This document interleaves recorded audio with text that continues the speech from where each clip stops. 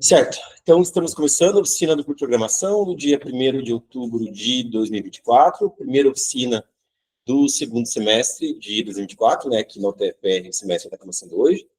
Então, a universidade estava um pouco vazia aí nas semanas anteriores, né, a pessoa estava vindo para a universidade, para as oficinas do clube, estava vendo tudo mais deserto, e hoje já viram a universidade bem cheia, né, muito legal. Bom, eu sei que, como está início do semestre também, ouvi várias pessoas aí que recém se inscreveram no curso de programação. Então, a todos vocês que estão vindo aí pela primeira vez, sejam todos bem-vindos, bem-vindas. Fiquem sempre bem à vontade aqui no clube. Vou falar bem rapidinho só sobre como a gente costuma funcionar, para que ninguém estranhe o método do clube, que é um pouco esquisito.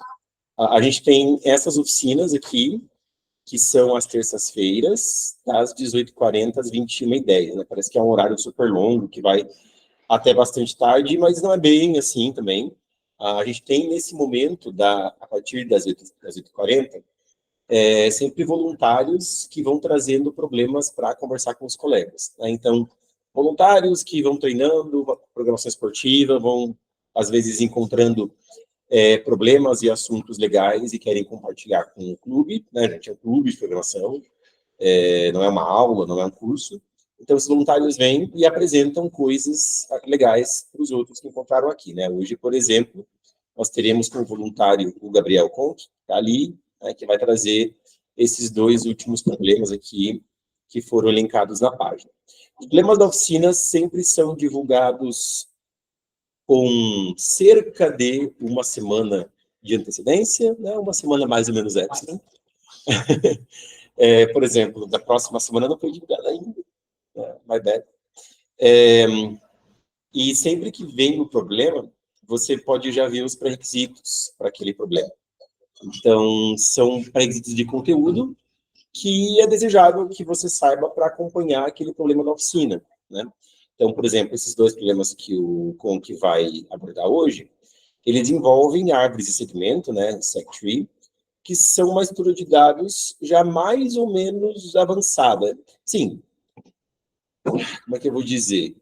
Para quem está iniciando em programação esportiva, a árvore de segmentos é uma das primeiras coisas que se aprende em termos de estruturas de dados que você tem que implementar, né, que não vem implementada por padrão nas bibliotecas do C++ ou Python. Mas é um assunto, assim, que não é tão iniciante, né? Então, é bem possível que o pessoal que está iniciando hoje, na hora que chegar esses problemas aqui, não vão entender nada, e está tudo bem.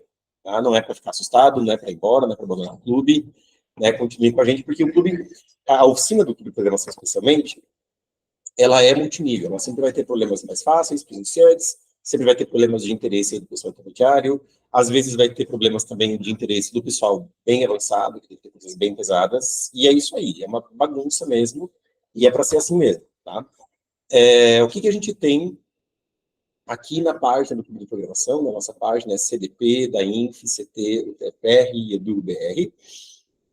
Aqui na página a gente tem uma jornada de iniciação, que você também pode pegar, porque ela é uma playlist no nosso canal do YouTube, e lá tem vários assuntos, né, em sequência aqui, apresentando o básico de programação esportiva.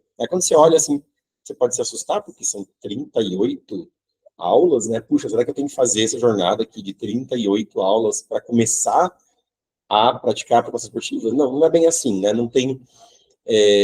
o desejável é que você faça a jornada o máximo possível. Quanto mais você puder se dedicar, mais você puder treinar, mais você puder estudar, melhor você vai se desenvolver em programação esportiva. É óbvio, né?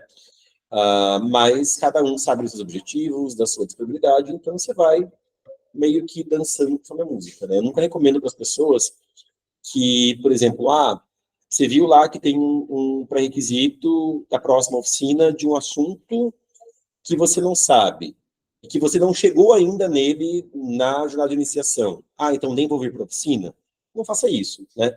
Não há tanta dependência aqui entre os assuntos, às vezes há, mas não necessariamente, né?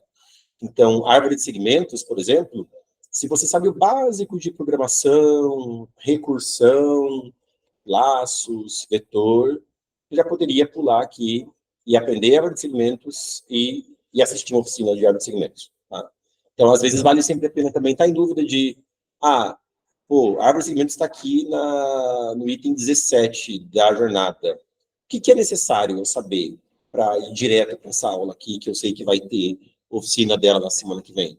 Aí você pergunta no nosso Telegram. O Telegram é essa comunidade, né, onde todo mundo está lá, e as pessoas podem também ajudar uns aos outros e dizer, estuda isso aqui, estuda aquilo lá. Às vezes, né, quem é muito autodidata, quem já está assim, mais aquecido com programação esportiva, pode usar a jornada de iniciação, às vezes, para ver os assuntos, mas não necessariamente assistir os vídeos, porque os vídeos são longos até, e você pode estudar, por exemplo, por um outro material, como, por exemplo, o livro dos Halim Serakalem, né? Então, a gente usa muito esse livro aqui, que é o Competitive Programming, tem o PDF dele lá no Dropbox do clube, e eu não podia falar que tem o PDF dele no Dropbox, mas tem o PDF dele lá, então todo mundo pode pegar o PDF, né? Pode chegar. Isso, pode chegar, por gentileza. E aí, lá tem todos os assuntos que estão aqui na jornada, tem lá. E tem várias outras páginas também na internet, e a gente fala sobre elas lá no Telegram, tem vários outros links também, onde você pode achar informação, inclusive de modo muito mais profundo do que abordado aqui na jornada. A gente pincela os assuntos, sem se aprofundar tanto assim. O bacana da jornada também são esses treinos, que são alguns problemas bem legais, assim, para você poder fazer, né? Junto aí da maioria dos itens da jornada tem um treino com problemas para você fazer, né? O ideal é você fazer o máximo que você puder. Sempre pensando assim, puxa, eu posso participar da maratona de programação, se eu estou no meu primeiro ano de graduação, vou poder participar 5 vezes da maratona de programação, né? Então, você pode colocar como objetivo que, puxa, daqui 5 anos eu quero chegar numa final brasileira, eu quero chegar numa final latino-americana, quero chegar numa final mundial. O que eu vou fazer para chegar numa final mundial, numa programação daqui 5 anos? Bom, então, você vai participar da comunidade de programação esportiva do Brasil e ver o que as pessoas que já chegaram numa final brasileira, numa final latino-americana, numa final mundial, fizeram para chegar lá. E aí vocês vão ver que essas pessoas dedicam muitas horas por dia para treinar, para estudar, para treinar, né? O pessoal aí, às vezes, passa, sei lá, dezenas, literalmente dezenas de problemas por dia nos Solar Judges, né? Coloca isso com uma certa prioridade, porque a pessoa quer chegar no final mundial do ICPC na sua carreira aí de programação esportiva. Então, cada um vai se ajustando de acordo com seus objetivos mesmo, né? O clube é super multi-objetivo. Se você quer vir apenas para aprender tópicos que não são lecionados no curso, ou apenas para se aperfeiçoar em alguns detalhes, também pode, não tem nenhum problema. Nem quero participar de competição de programação, não gosto de competição, não é para mim, mas eu quero participar do clube para aprender conteúdos, para programar, tudo bem também, não tem nenhum problema. E o clube está aqui para isso. Tá? Bom, o que eu ia falar mais aqui da página do clube, como a gente funciona? Ok.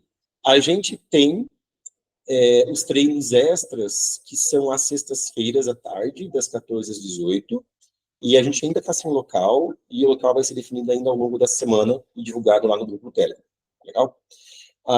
Eu divulguei o link da planilha de presença no Telegram na opção de hoje? Não, acho que não.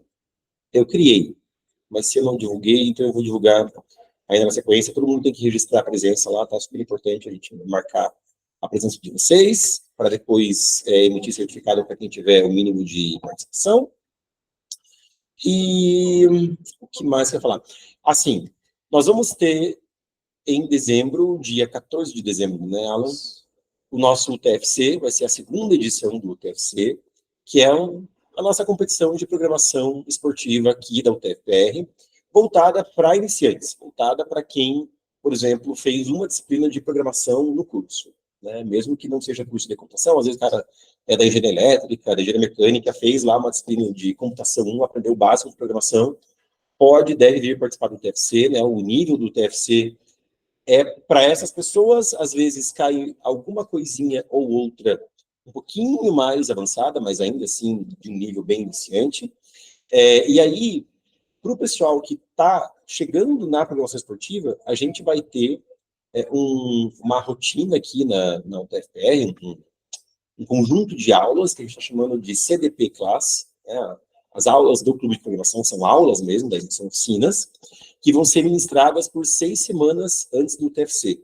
A gente ainda está definindo horário, a gente ainda está confeccionando material de divulgação, mas aí vão ser 6 aulas, uma aula por semana, para quem não sabe nada, é zero mesmo. A pessoa não sabe nem escrever uma linha de código, pode chegar e vai aprender todo o básico de programação esportiva e até alguns itens um pouquinho mais avançados, por exemplo, grafos, busca binária, essas coisas, vai aprender o básico no CDP Class para poder chegar no TFC super preparado para chegar lá e fazer bastante balão. Tá? Então, quem está começando, eu recomendo que venha mesmo no CDP Class, ele é bem diferente da oficina, né, porque ele não é daí essa coisa super multinível, cada semana vem um voluntário que apresenta problemas. Não, o CDP Class é um curso bem estruturado, né, uma equipe está trabalhando em quais vão ser os tópicos, os assuntos de cada semana. Claro, cada semana vai sim ser ministrada por 1 ou 2 voluntários, mas ainda assim o curso inteiro está sendo planejado, é como um curso mesmo de 6 aulas, e aí é super bacana todo mundo poder vir participar. Beleza? Gente, eu queria saber de dúvidas e perguntas sobre o clube de programação, sobre programação esportiva, sobre maratona de programação, se alguém tem aí alguma pergunta para fazer, a hora é agora. Vai ser legal falar um pouquinho sobre a maratona, como que ela é. Certo. Só que, sei lá, em cima, por cima, assim, como que funciona, as regras de elegibilidade. Beleza. Eu vou recomendar que todo mundo depois dê uma olhada no site do Maratona de Programação, né, maratona.sbc.org.br. A Maratona de Programação, ela é aí a principal competição de programação do Brasil, né, ela é promovida pela SBC, a Associação Brasileira de Computação, e ela acontece aí em diversas fases. A gente tem a primeira fase da Maratona de Programação, que é uma fase regional, em sedes que são espalhadas pelo país, e a primeira fase aconteceu aí no dia 30...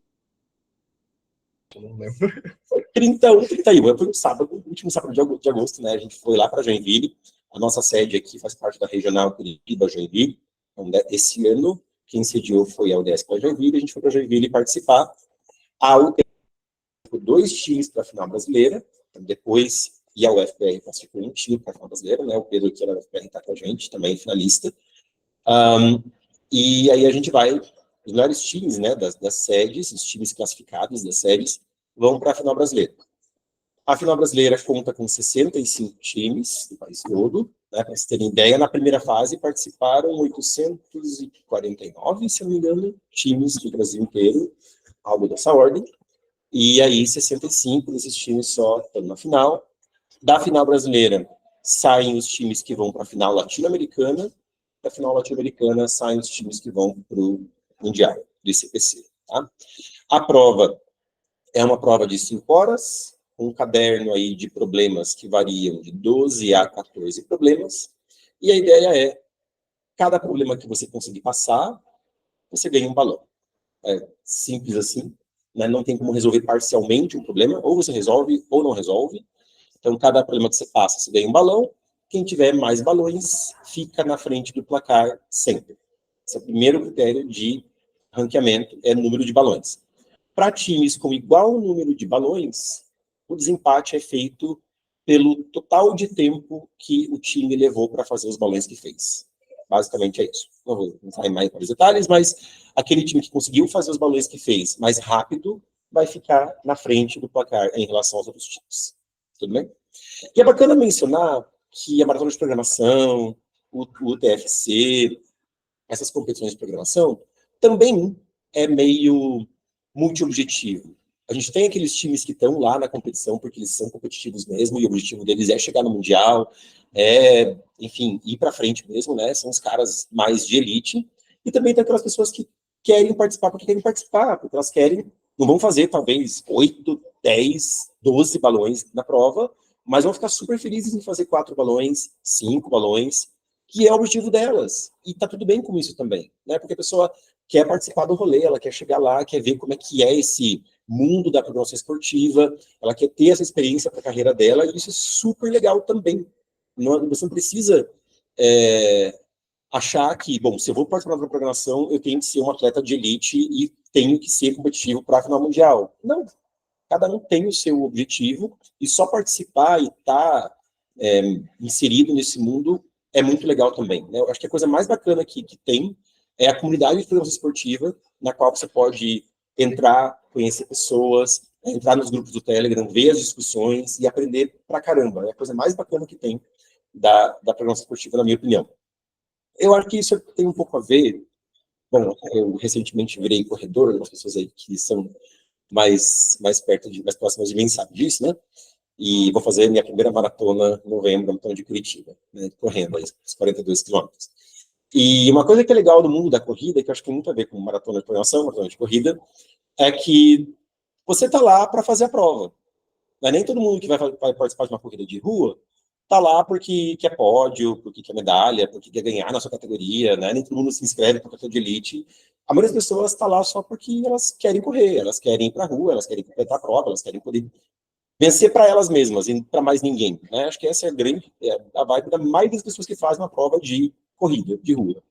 E a maioria de programação também é assim, né? A maioria das pessoas que estão lá, elas querem ir para participar, para fazer uma boa prova, para aprender, para fazer parte dessa comunidade.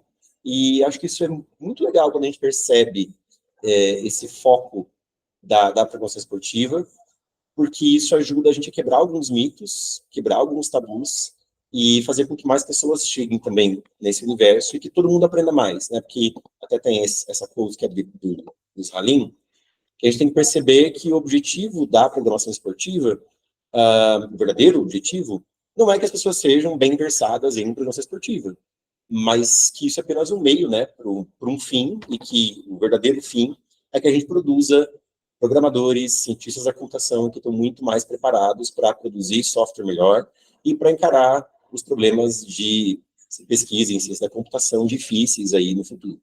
Então, o objetivo é que as pessoas estejam mais preparadas, que elas aprendam mais. Esse é o objetivo. Não é a competição em si. A competição é uma brincadeira e a gente gosta muito dela, mas o objetivo é que as pessoas se juntem, aprendam e se preparem melhor.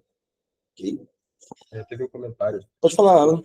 A complexidade de tempo faz diferença nas maratonas de programação? Vale mais a pena focar na solução rápida ou em acertar o problema? Obrigado, João Vitor Fagundes, né? Sim, a complexidade de tempo pode fazer muita diferença, especialmente para os problemas aí, eu diria, de nível iniciante um pouquinho para cima. A gente vai ver que o juiz, né, o cara aí que setou o problema, ele coloca um limite de tempo para o problema. Então, por exemplo, esse primeiro problema que a gente vai fazer aqui na nossa de hoje, o teu programa tem que produzir a resposta correta no tempo limite de 1 segundo. Se o teu programa demorar mais de 1 segundo para algum caso de teste, porque os programas, né, são avaliados aí de modo automático por robôs que pegam o seu programa e rodam com uma bateria de testes. Né? Se para algum teste o teu programa levar mais que 1 segundo, o seu programa é abortado e você vai receber uma resposta que é no time limit exceeded. Né? O seu programa não foi aceito e você recebeu esse erro que é time limit exceeded, né? Tempo limite excedido. Geralmente, TLE, time limit exceeded, tem a ver com você implementou o código de um algoritmo que não tem a complexidade que o juiz esperava para aquele problema computacional. Então, às vezes, o juiz esperava que você fizesse um código que o tempo dele fosse proporcional, linearmente proporcional no tamanho da entrada, e você fez um código que é proporcional ao quadrado do tamanho da entrada, por exemplo. E aí o juiz coloca lá um caso de teste bem grandão, justamente para forçar que todas as implementações de algoritmos quadráticos não passem de jeito nenhum naquele caso de teste e tomem esse erro TLE. Okay? Então, tudo tem a ver, então você tem que ficar muito ligados, né? No tempo limite do problema, 1 segundo, e no tamanho da entrada. Tá? Aqui não é o caso desse problema, que esse problema, a entrada são só 2 inteiros, mas outros problemas, deixa eu pegar aqui o próximo problema, que é o que o Conto vai fazer hoje. Ó, nesse problema, a gente tem que a entrada, primeiro, ela consiste do número n, que pode ir até 10 na sexta, 1 milhão. Tá? 1 milhão, bem grandão. E a segunda linha de entrada vem uma quantidade de n números. Então, esse é 3 na primeira linha de entrada, vão vir 3 números na segunda linha. Tá? Aqui, oi? Sim, sim, sim. Essa entrada, por exemplo, se são n é 4, então vem 4 números. Então, se o n for 1 milhão, e vai existir algum teste em que n vai ser 1 milhão, vão vir 1 milhão de números. E se o teu programa implementa um algoritmo quadrático em n quadrado, bom, 10 na sexta, 1 milhão ao quadrado é 10 na 12, certo? E, deixa eu escrever isso em algum lugar. Aqui, vai. Então, imagina que meu n é 10 na sexta, 1 milhão, tudo bem? E aí você implementa um algoritmo que é O de n quadrado o tempo desse algoritmo, né? Quer dizer, o número de operações que ele executa é quadrático no tamanho da entrada, quadrático em n, beleza? Se eu pego 10 na sexta e elevo ao quadrado, isso dá 10 na 12. Geralmente, né, pelo menos nesses juízes online, são executadas cerca de 3 vezes 10 na sétima operações por segundo. É o que dá para rodar em 1 segundo, certo? Cerca de 30 milhões de operações. Na maratona de programação é um pouco mais que isso.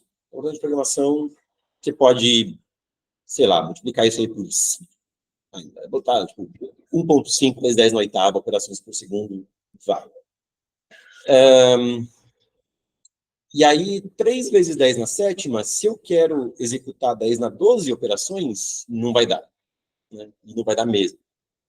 Sei lá, se fosse... Ainda que eu conseguisse executar 10 na oitava operações por segundo, 10 na 12 é 10 na quarta vezes... 10 na oitava, certo? Então, eu estou com um programa que não é só um pouco mais lento do que ele deveria, certo? Eu estou com um programa que é 10 mil vezes mais lento do que ele deveria. Estou com um programa que não vai rodar em 1 segundo, vai rodar em 10 mil segundos. Tá legal? Então, se o juiz espera que você implemente um algoritmo O de n, ele joga o n bem grandão mesmo, tipo 10 na sexta, justamente para que soluções que implementam algoritmos que não têm a complexidade esperada divirjam muito, né? Executem muitas ordens de grandeza mais do que o esperado, que é para esses caras serem classificados com certeza. Legal? Geralmente é assim, tem sucesso. Alguma dúvida, pergunta, comentário? Não? Beleza, então, faladas essas coisas rapidinho aí para iniciar, né, a nossa oficina de hoje, já que tem bastante gente nova, recomendo que vocês deem uma olhada nas primeiras horas juniores aqui da jornada de iniciação, né, os itens 1, 2, em que esse super básico de maratona de programação esportiva, é explicado com um pouco mais de detalhes, inclusive como é que faz a questão do desempate dos times por tempo, tudo isso tem nesses vídeos aqui. A gente vai começar a nossa oficina de hoje, tá? Inclusive, eu não coloquei nem treino. A gente não pensou em treino, né? Esquecemos. A gente fala sobre isso. Tudo bem. Atrasar, só colocar um whiteboard da semana. Né, põe o whiteboard da semana, boa. Beleza. Então, o primeiro problema que a gente vai fazer é esse problema aqui, Ada Malol. Esse problema foi o problema A do UTFC do ano passado, nosso primeiro UTFC. Ele era o problema mais fácil da prova. Tinha outros problemas muito fáceis também, mas esse problema era realmente muito fácil. E esse problema, bom, geralmente aqui nas oficinas de programação, a gente não lê os problemas. A gente já vai direto para o que interessa. A gente supõe que as pessoas já leram o problema em casa, antes de vir para a oficina, né, até porque eles são divulgados com antecedência. Mas hoje, como é o primeiro problema aí da oficina, um problema super fácil, tem bastante gente nova, eu vou ler o problema até para a gente perceber um pouco como é que é o formato de um problema de programação esportiva, tá? Então, geralmente, a gente tem uma historinha, aí a gente tem a especificação da entrada, né, qual que é o formato, o que, que vai vir na linha de entrada, que vai ser passada para o seu programa, e vem a especificação da saída, que é o que o seu programa tem que imprimir para cada entrada possível que ele venha receber. Tudo bem? Então, programação esportiva geralmente é isso. Vem historinha, entrada, saída. Aqui a historinha é a seguinte. A Ada acabou de vencer o primeiro campeonato de LoL da UTFPR. Para comemorar, ela comprou muitas cuecas viradas no pão de queijo da sede. De tão feliz que estava, ela exagerou, de modo que a quantidade de cuecas viradas que ela comprou acabou sendo um número de 2 dígitos, ambos não nulos. Ela então escreveu cada um dos 2 dígitos num papelzinho e enviou 2 pombos correio.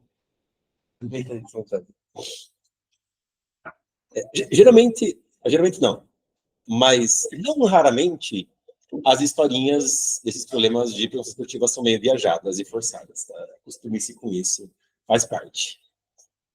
Então, ela então escreveu cada um dos 2 dígitos do número num papelzinho e enviou 2 pombos correio, cada um carregando um dígito, para seus amigos Bob e Clara, com quem ela pretende dividir as cuecas viradas.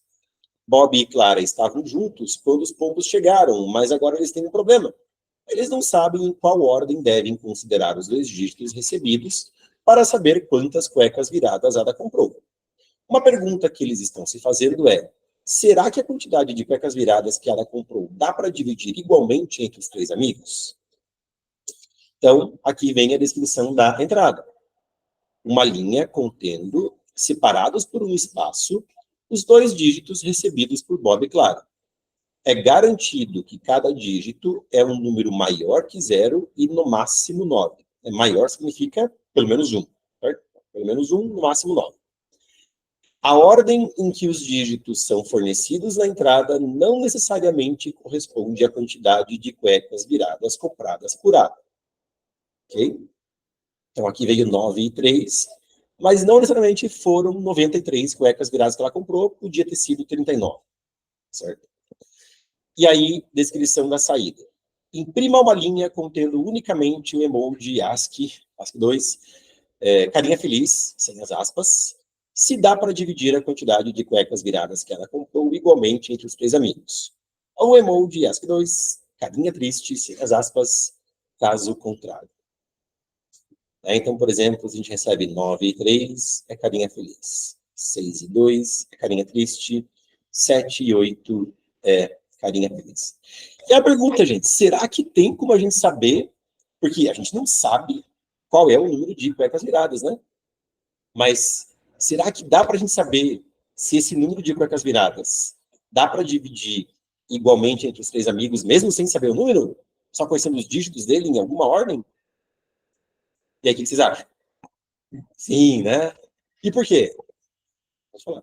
Se divisível por 3, você soma os 2, esse número divisível por 3, e aí você tem, se for, se você soma por divisível por 3, você sabe que ele é divisível por 3. Muito bem, né? O número é divisível por 3, se somente se é a soma dos seus dígitos, é divisível por 3, então você não precisa saber qual que é o número.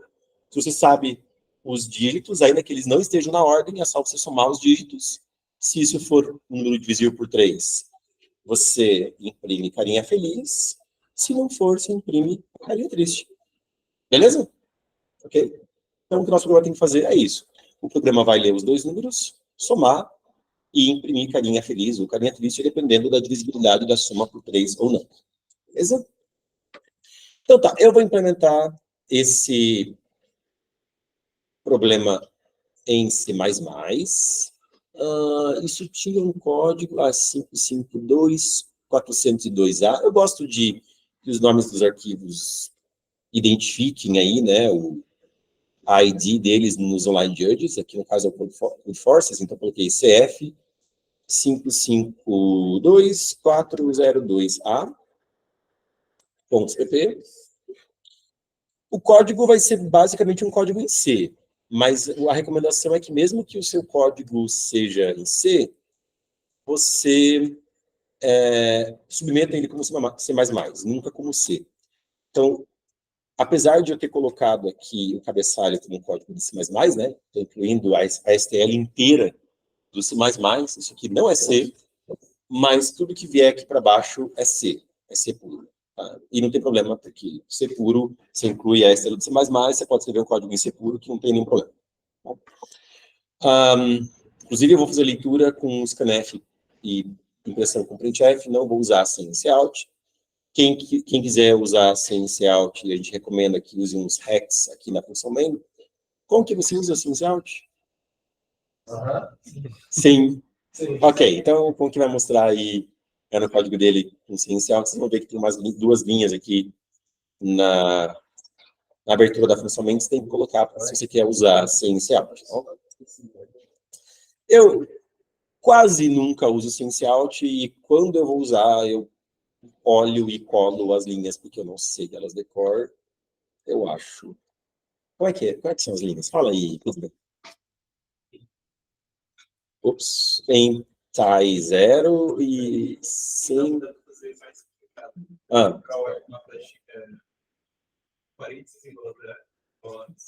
Aqui?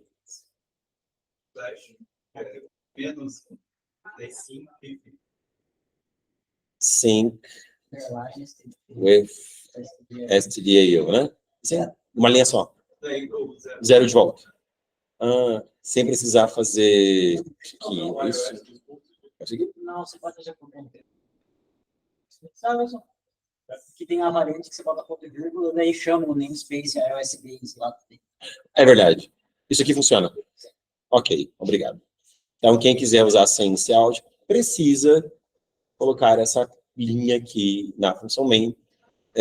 Isso tem a ver com o modo como o sem cout sincroniza com a cada padrão, porque eles podem bufferizar, alguma coisa assim, né? E aí o teu programa acaba sendo mais lento do que deveria, especialmente se for um programa em que você tem que ficar respondendo várias queries, né? Se é um programa que você tem que ler uma coisa, dar uma resposta, ler outra coisa, dar outra resposta. Esse tipo de problema, se você não usa essa linha, provavelmente o teu programa vai demorar mais do que deveria e, quem sabe, tomar um TLE indesejável. Então, a gente recomenda que, se você quer usar sem cout do C++, sempre coloque essa linha aqui. Outra recomendação para quem quer usar sem cout do C++, no caso do cout, bom, a gente sempre tem que finalizar todas as linhas. Desculpa. A gente sempre tem que finalizar as linhas de saída, né? No caso, colocar um /n no final da linha. E aí, no C++, então, isso aqui eu imprimiria, sei lá, qualquer coisa, e vou imprimir um /n, fim de linha, no cout. E aí, o C++ tem o endl. Esse endl, a recomendação é não usem o endl do C++, ele também pode deixar o seu código lento. Você pode colocar um /n, ou você pode, aqui em cima, define endl /n. Redefina o endl do C++, não use o endl padrão do C++, porque ele pode fazer o seu código tomar um TLE indesejado. Tudo bem? Mas eu não uso sem cout, quase nunca, então eu não vou usar nada disso. Meu código aqui vai ser C puro mesmo, tá legal? Bom, a gente tem que ler dois números, né? E como são dois números que vão ser recebidos aí por Bob e Clara, eu vou chamar as variáveis de B e C. Então, duas variáveis inteiras. Vou ler essas duas variáveis com scanf mesmo, né? Bob e Clara. E aí eu quero saber se a soma de B com C é divisível por 3 ou não é. Então, eu vou somar B com C. Se a soma for divisível por 3, quer dizer, soma B com C, pego o resto da divisão por 3. Se isso dá 0, vou imprimir carinha feliz. Olha. Se não, carinha triste. Quem conhece os atescos de outros carnavais deve estar estranhando que eu não pus um ternário ali, né? Eu não, assim, fiquei me coçando para colocar um ternário. Exatamente, só por parênteses. Né? A minha vontade enorme era de essas duas linhas aqui, ter feito isso aqui, ó. Pode fazer. Né? Eu vou imprimir 1, 2 pontos e um caractere. Qual o caractere? Bom, eu vou testar o resto da divisão da soma de B mais C por 3. Se é diferente de zero, verdadeiro, né? Porque verdadeiro em C é diferente de zero, então eu vou imprimir, fecha parênteses. Opa, fecha parênteses. Se não, faria assim, um ternadozinho. Muda alguma coisa? Nada. Sim. Para maratona de programação, não faz diferença você usar o ternário e entender o que eu fiz aqui. Isso não torna o código mais eficiente, assim, num ponto relevante para a maratona de programação. Isso aqui é só estilo desatesco. Você não precisa entender aquilo ali ou fazer aquilo ali para programação esportiva. Tá bom? Alguma dúvida sobre o código aqui? Não? Vejam, né, a linha finalizada com barra N. Hoje em dia, na maratona de programação, esse barra N já não faz mais diferença. Mas se vocês forem usar online judges, por exemplo, bcrowd, na bcrowd ainda faz diferença barra N. Eu sempre recomendo o pessoal sempre coloque barra N no final da linha. Legal? E vou compilar. Compilar sempre com G++, mesmo que o código seja um código em C puro, compila com G++, pelo menos coloca as flags -WALL, né, que mostra todos os avisos possíveis, e -O2. -O2 é bem importante, porque estabelece parâmetros de otimização que são os que vão ser utilizados na maratona de programação. O código pode ter diferentes parâmetros de eficiência por causa desse OSM2. E é bom, né, você garantir que você está testando o seu código nos parâmetros mais próximos possível daquilo que ele de fato vai ser avaliado. Né? Veja que houve um warning aqui. O warning foi o warning do Ignoring Return Value do scanf, e a gente ignora esse warning, né, porque a rigor, por causa do OSM2, da combinação aqui do OSM2 com o WSM all, a gente teria que pegar o valor de retorno de todas as funções, e scanf tem valor de retorno, e a gente não quer pegar, e aí ele vai dar esse warning, mas esse warning a gente ignora. É o único warning que eu diria para vocês ignorem. Outros warnings é sempre bom dar uma olhada, porque eles podem querer dizer alguma coisa que você talvez esteja querendo deixar passar. E aí eu vou testar o código. Né? Vou testar o código, pelo menos, para os casos da descrição do problema, mas sabendo que o código vai ser avaliado por muitos outros casos de teste. Né? Então, 9 e 3, carinha feliz. 6 e 2, carinha triste.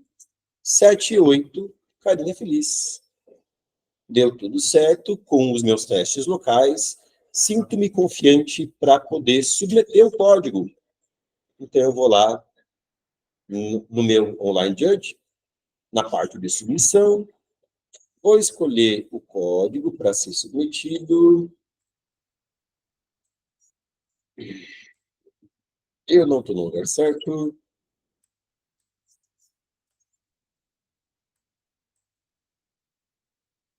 Submeter. E agora o código vai ser avaliado e eu vou receber um veredito. Está rodando no teste 1. Está rodando no teste 1.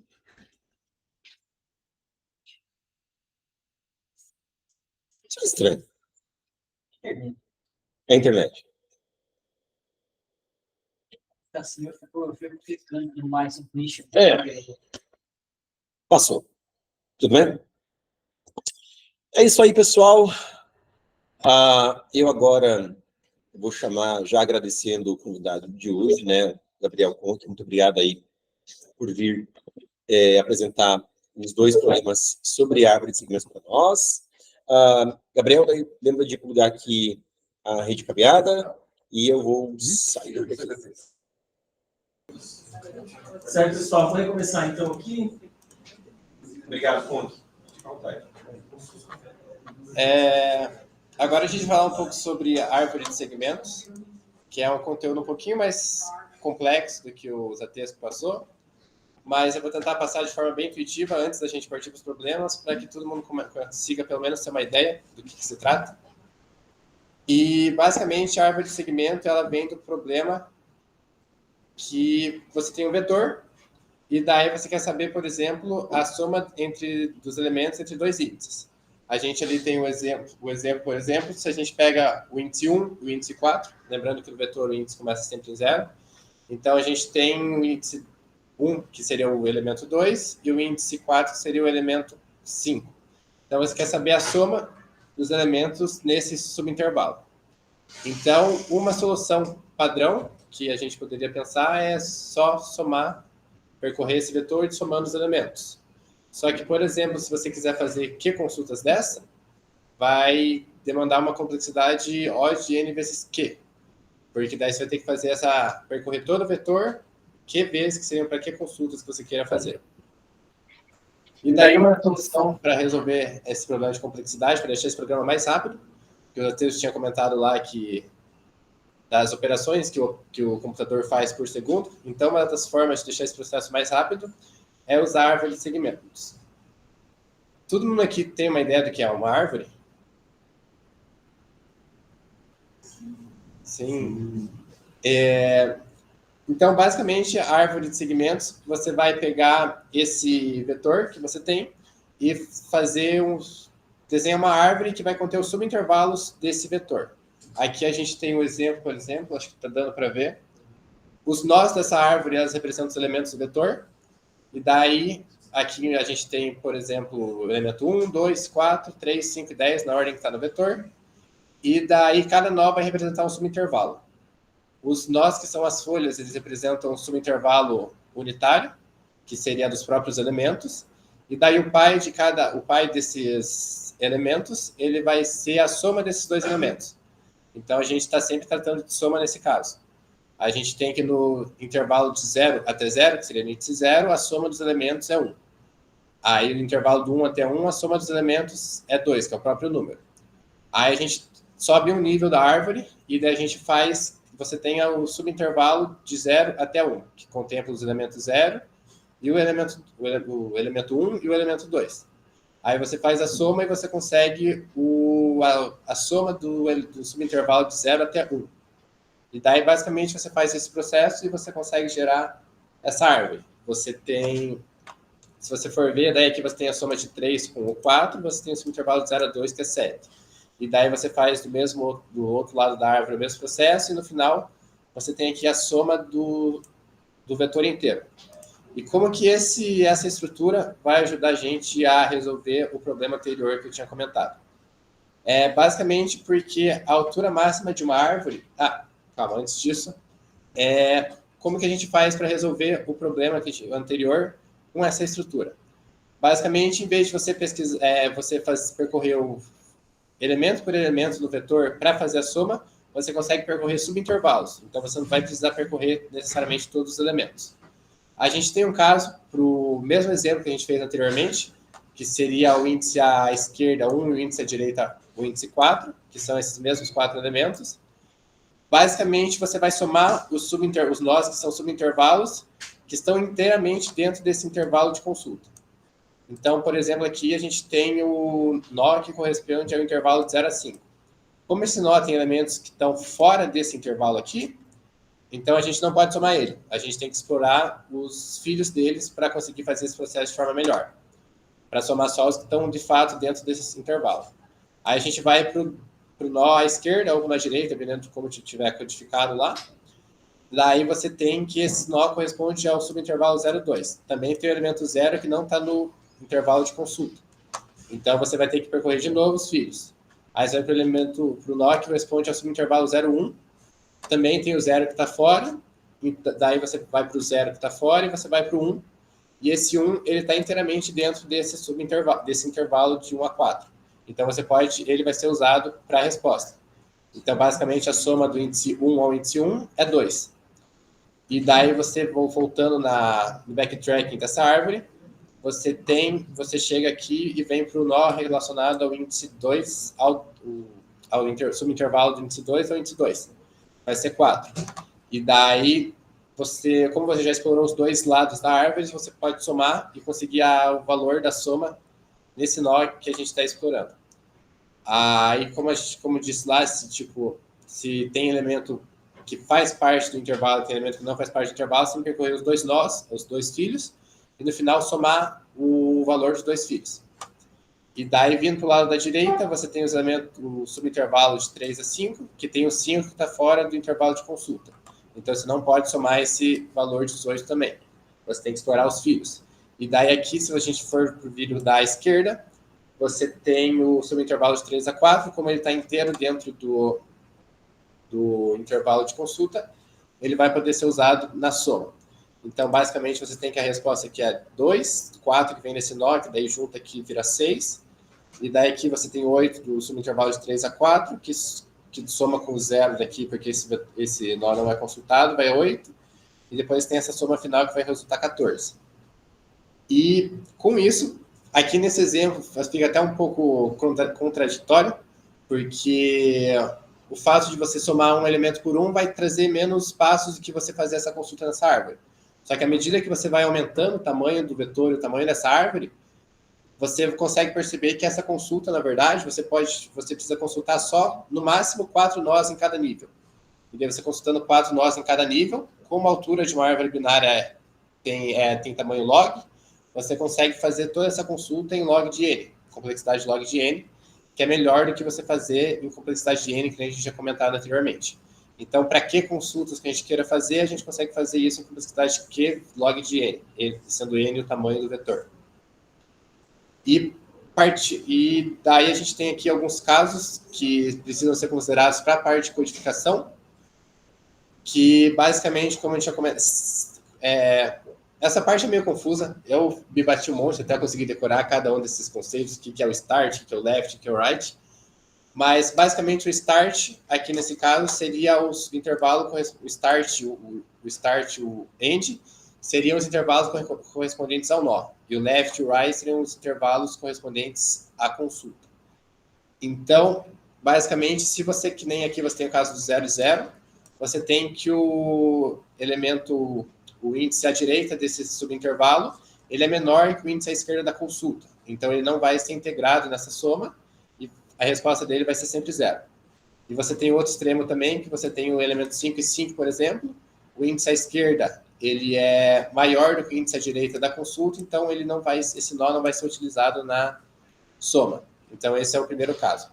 O outro caso que a gente tem que tratar é quando, por exemplo, você tem o caso do 3, 4, você tem um subintervalo, um nó que tem um subintervalo que corresponde a um subintervalo que está inteiramente dentro do intervalo da consulta. Então, nesse caso, esse nó inteiro vai ser considerado na soma e a gente vai somar ele. E você também tem o caso que o 0,5, por exemplo, você tem parte do intervalo que está dentro desse intervalo de consulta e parte que está fora. Aí, nesse caso, você tem que explorar os filhos. E isso, basicamente, está sendo descrito nessas 3 condições aqui. E essas 3 condições vão ajudar a gente a fazer o código de uma consulta de uma árvore de segmentos. Esse código é o mais intuitivo que eu consegui encontrar, que retrata bem esses 3 casos. Então, basicamente, como esse primeiro caso é o primeiro caso que eu tinha comentado anteriormente, que você tem o nó que ele não faz parte do intervalo de consulta, então o valor dele vai ser 0 para a soma. Daí você tem também o nó que ele está inteiramente dentro do intervalo de consulta, então o valor inteiro dele vai ser utilizado. E você, caso não seja nenhum desses 2 casos, você tem o terceiro caso, que ele vai ter que explorar as 2 árvores. Então ele explora primeiro a árvore da esquerda, depois ele vai explorar a árvore da direita, e depois que ele faz essas 2 explorações, você faz a soma para descobrir qual que é a soma relacionada ao intervalo de consulta daquele nó. E vamos supor que a gente também queira atualizar essa árvore de segmentos enquanto a gente faz uma consulta, a gente atualiza, faz outra consulta e faz esse processo. Aqui eu tenho, por exemplo, a árvore de segmentos montada, que nem tinha anteriormente, e eu quero, por exemplo, alterar o elemento 2 do vetor para o elemento 6. E daí, basicamente, eu vou ir lá na folha, e eu altero o elemento 2 para o elemento 6. E, consequentemente, vai alterar também os valores correspondentes aos pais até o nó da raiz. Então, por exemplo, eu alterei os 6 ali, o pai deles vai ser a soma de 1 com 6. Então, eu vou ter que alterar o valor de cima também, que seria 7. Aí, o pai desse elemento, o pai desse nó seria a soma de 7 com 4, que seria 11. E daí eu vou fazendo esse processo até chegar na raiz. E todo esse processo ele tem complexidade log de n também, porque é de acordo com a altura da árvore. Aqui tem o código, mais ou menos, para você fazer a atualização da árvore. Basicamente, aqui a gente começou de baixo para cima, mas o código ele vai começar sempre da raiz. Então, ele pega a raiz, e nesse caso eu quero atualizar o índice 1 do vetor. Então, ele vai lá na raiz e verifica, esse índice 1, ele está à esquerda ele está... Como que eu posso explicar isso? Tipo, eu quero adicionar o índice 1. O índice 1, a folha relacionada ao índice 1 está na esquerda, está no filho da esquerda ou no filho da direita? Então, nesse caso, como o índice do filho 1 está à esquerda, ele vai vir e fazer o processo para a esquerda. E você faz o processo recursivo até atualizar todos os nós. E, basicamente, é isso. Daí também tem o código para você construir toda essa árvore de segmentos, só que nos problemas que a gente vai resolver, não é preciso montar essa árvore, porque essa árvore toda vai ser montada como todos os valores da árvore vão ser 0, então não precisa ter um código para ficar somando cada uma das partes. Então, mas, para fim de curiosidade, o código segue mais ou menos o mesmo conceito do que a gente fez ali com o update, que ele vai primeiro para o nó da esquerda, daí coloca o valor, depois para o nó da direita coloca o valor, e depois soma esses dois valores para chegar no valor do nó pai. E daí essa parte a gente fecha a árvore de segmentos, que é o que a gente precisa para responder os nossos dois problemas. E só que daí, a árvore de segmentos a gente utiliza na maior parte dos problemas de programação competitiva como uma estrutura de dados, como se fosse um vetor, como se fosse uma árvore normal, como se fosse um map, por exemplo. Então, dificilmente a gente vai encontrar algum exercício que peça para a gente só fazer o update e a consulta na árvore. A gente geralmente usa isso como uma estrutura de dados. Exatamente o que a gente vai fazer para resolver um outro problema que a gente pode utilizar a árvore de segmentos para fazer. Basicamente, o problema que a gente quer resolver é, dado o índice do vetor, a gente quer saber quantos elementos à esquerda são menores que o elemento desse índice. De forma mais intuitiva, assim, a gente tem, por exemplo, o elemento 1 ali, que está no índice 3. Você quer saber quantos elementos à esquerda do índice 1 são menores do que 1. Ali, nesse caso, não tem nenhum. Aí depois, para o índice 6, por exemplo, você quer saber quantos elementos à esquerda do índice 6 são menores do que ele. E daí você consegue ver ali que são 2. Desse jeito que eu estou fazendo aqui, mostrando intuitivamente para vocês, a gente precisa percorrer todos os elementos à esquerda e fazer essa contagem. Só que tem formas mais rápidas de você fazer isso. E uma das formas mais rápidas de você fazer isso, por exemplo, é utilizar um set. Que daí, quando você consegue criar um set vazio, e à medida que você vai iterando sobre esse vetor, indo para a direita dele, você consegue incluir um elemento no set, e daí, consequentemente, o set o set é como se fosse um vetor, de forma bem rude, assim, ele é um vetor que ele já ordena automaticamente para você. Então, basicamente, você consegue colocar, por exemplo, 10 e o 8. Ou, no caso, ali na primeira consulta que a gente fez, a gente consegue colocar o 3, 8 e o 10. Ele já vem ordenado, e daí bastaria você verificar em qual...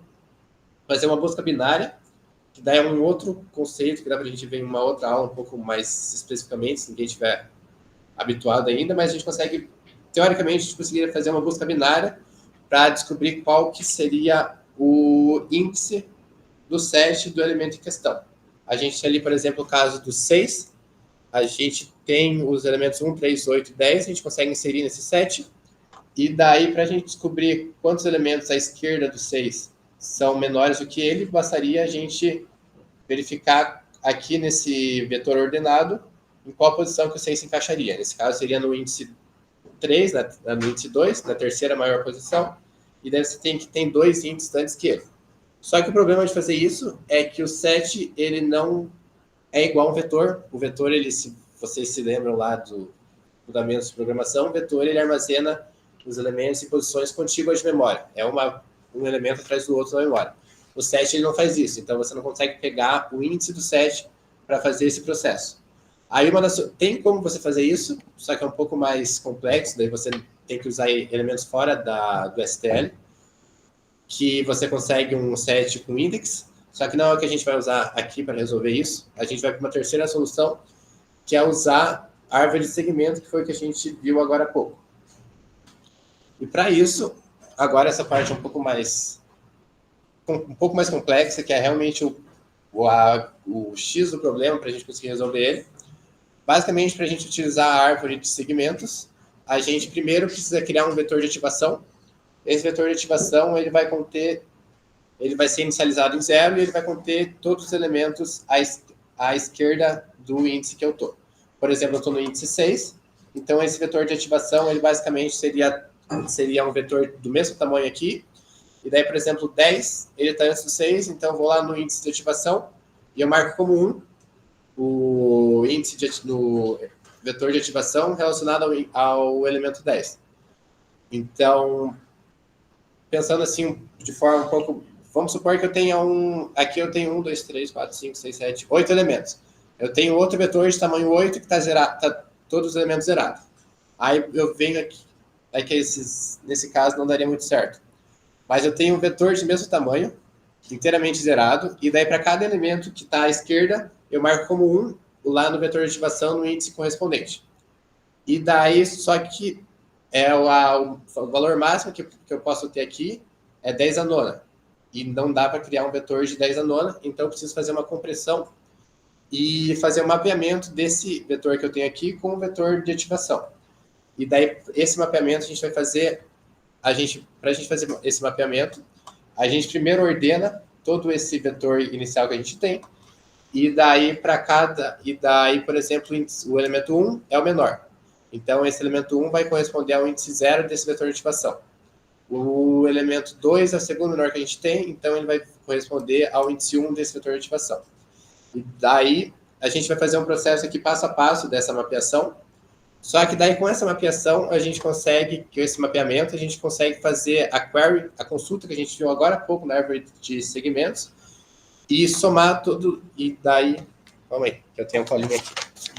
E daí, com esse mapeamento, falta só a gente fazer uma consulta, considerando todos os elementos à esquerda do índice que estão no vetor de ativação. A gente vai fazer isso passo a passo, para ficar um pouco mais fácil, mas, por exemplo, eu tenho o índice 0, eu quero saber quantos elementos à esquerda são menores que ele. Como o elemento aqui é o 10, não tem nenhum à esquerda, então tem 0 elementos menores que ele à esquerda. Aí a gente vai para o próximo. A gente tem que o elemento 10 é o sétimo maior, então ele é o oitavo maior, ele corresponde ao índice 7. Então eu venho no vetor de ativação e ativo ele aqui. E daí eu vou fazendo, daí para o índice 2. Eu tenho aqui o elemento 8, é o sexto maior, ele corresponde ao índice 5, eu venho aqui e ativo ele no vetor de ativação. E daí, após a gente fazer todos esses processos, a gente precisa fazer uma query. Para a gente descobrir quantos elementos tem a menor que ele à esquerda, a gente precisa fazer uma consulta nesse vetor, e a consulta vai ser no intervalo que o índice à esquerda vai ser o primeiro, o índice à direita vai ser um índice menor do que o correspondente a esse elemento. A gente tem esse exemplo aqui que corresponde ao índice, o elemento 6 aqui. A gente tem todo esse mapeamento aqui já feito, daí a gente consegue fazer uma consulta. Se a gente for ver aqui na mão, a gente tem que... Existem 2 elementos menores que ele à esquerda. Então, a gente consegue fazer uma consulta do índice 0 até o índice 4, que seria o índice do elemento que eu estou trabalhando. E daí, quando eu faço essa consulta, basicamente, eu vou somar todos os 1s que vêm antes dele. E daí, com isso, a gente tem a quantidade de elementos que vêm antes... que vem à esquerda dele, que são menores que ele. essa parte é meio complicada de pegar mesmo. Até eu estava me batendo um pouco para achar uma forma de explicar isso que fosse clara, mas meio complicado. Mas, basicamente, essa é a ideia. É uma forma da gente calcular todos os elementos à esquerda dele que são menores que ele. E a gente vai usar, basicamente, essa resolução para fazer os problemas que estão separados. O primeiro problema é esse enemy is weak, que é lá do Code Forces também. E só deixa eu abrir ele aqui. Que basicamente... Ops.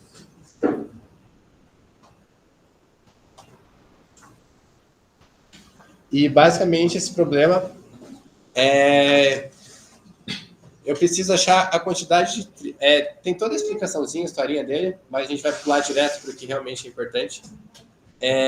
Ele quer saber quantas essas triplas de índices, tais que o índice I é menor que o índice J, o índice K, e o índice J é menor que o índice K, e os elementos o correspondente ao índice I é maior que o elemento correspondente ao índice J, que é maior que o elemento correspondente ao índice K.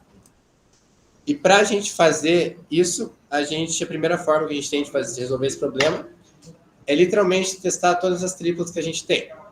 Então, a gente percorre todos os índices I, J e K e verifica para quais triplas essa segunda condição é válida. E daí, a gente vai somando essas triplas que são válidas até chegar no resultado final. Só que o problema é que a gente, como os atletas tinham comentado um pouco antes, a gente quer um programa que roge até mais ou menos complexidade 10 a 7. Só que se a gente fazer um algoritmo N ao cubo, a gente tem uma complexidade 10 a elevado a 18, que é muito maior do que a gente quer. Então, a gente precisa otimizar isso. E a forma que a gente tem de otimizar isso é, basicamente, a gente percorre o vetor só com o índice J, que daí a gente tem uma complexidade JN, a gente percorre só com o índice J, e daí, que seria correspondente ao elemento lá de J.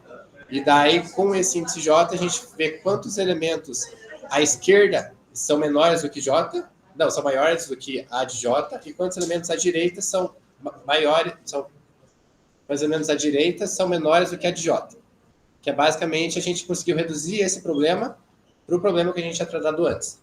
Então, o nosso algoritmo fica basicamente a gente percorrer o vetor, fazer todo aquele mapeamento que a gente comentou anteriormente, e daí ver quantos elementos à esquerda de J são maiores do que a de J e quantos elementos à direita de J são menores do que a de J.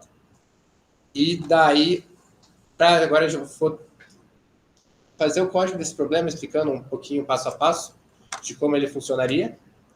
Mas, basicamente, a gente vai utilizar... Oi? Oh, meu Deus.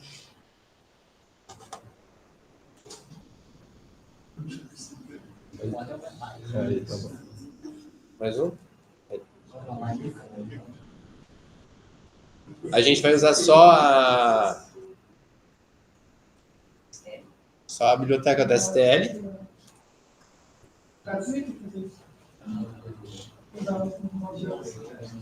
E daí, como os ATs que tinha comentado anteriormente, não pode usar VS Code branco, pô.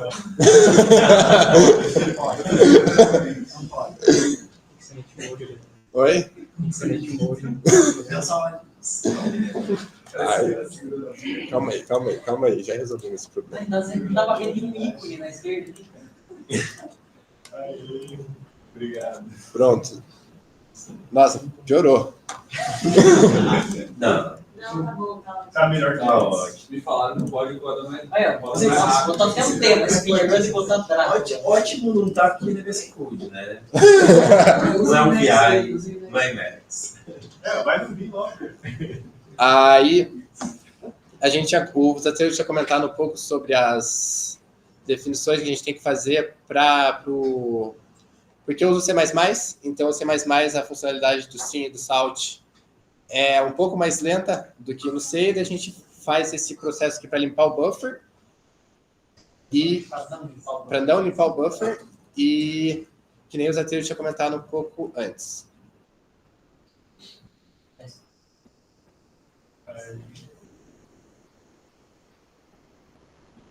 E daí toda a resolução do problema eu vou jogar para dentro da função solve, que fica mais fácil de me organizar. E daí aqui basicamente vai ser a resolução do problema. Se a gente for ver lá no problema, a entrada dele, ele primeiro tem uma linha de entrada, que é a quantidade de elementos do vetor, que eu vou fazer a leitura. E depois ele tem N linhas, N entradas que vão ser os elementos desse vetor. Então eu vou criar o vetor, que seria, eu vou usar o vector, que ele vai ter N elementos, e vou fazer a leitura desses N elementos.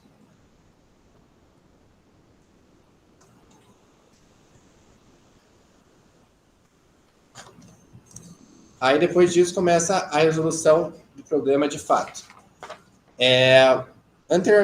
Primeiro eu vou colocar aqui os algoritmos correspondentes à árvore de segmentos, rapidão, que foi o que a gente deu uma olhada lá antes, para ficar mais fácil para ficar mais rápido, porque já está meio tarde, né? É até 9h10. Oi? É até 9h10 você tem. É 1 hora ainda. Tranquilo.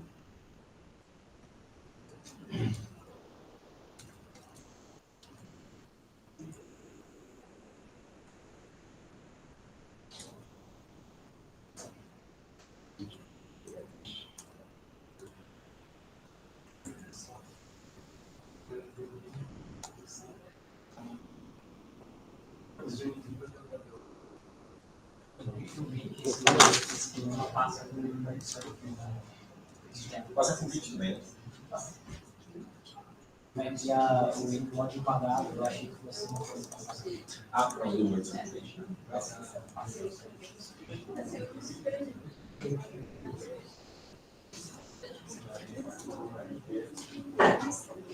Mais legal é não usar as pode se ver.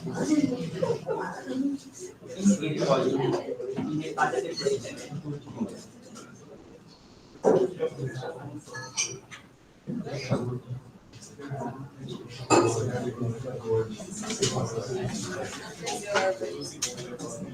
Com 24 minutinhos.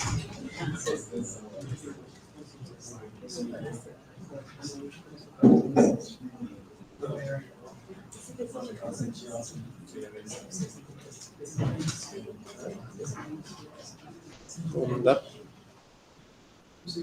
Não é igual para escola, só é extensão.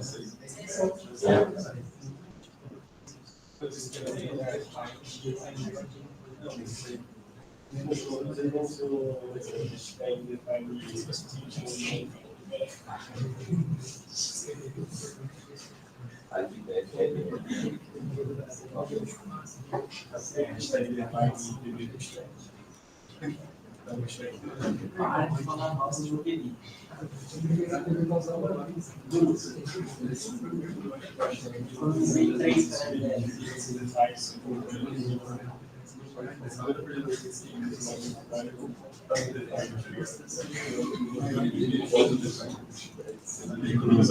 Mas contou os tracalhos do Depois eu contei. E o cara seus alunos, só vocês. não, uma vez de conversa.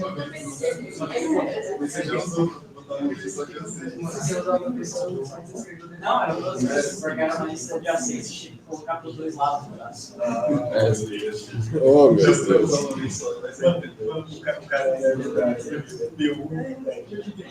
Você coloca essa impressão monitor de vídeo, né? Oi? Os dois lados. Então, do left to right é incluso. Certo? Só vamos voltar aqui para Tá, o código. Está indexado em 0.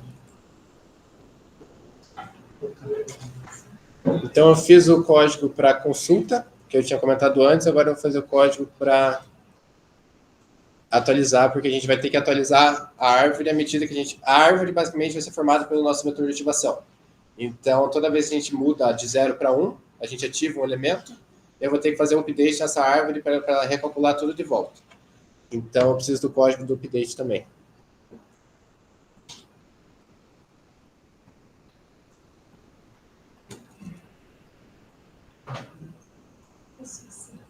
Ah, você está fazendo a árvore. Primeiro, os nós da árvore não sabe dizer.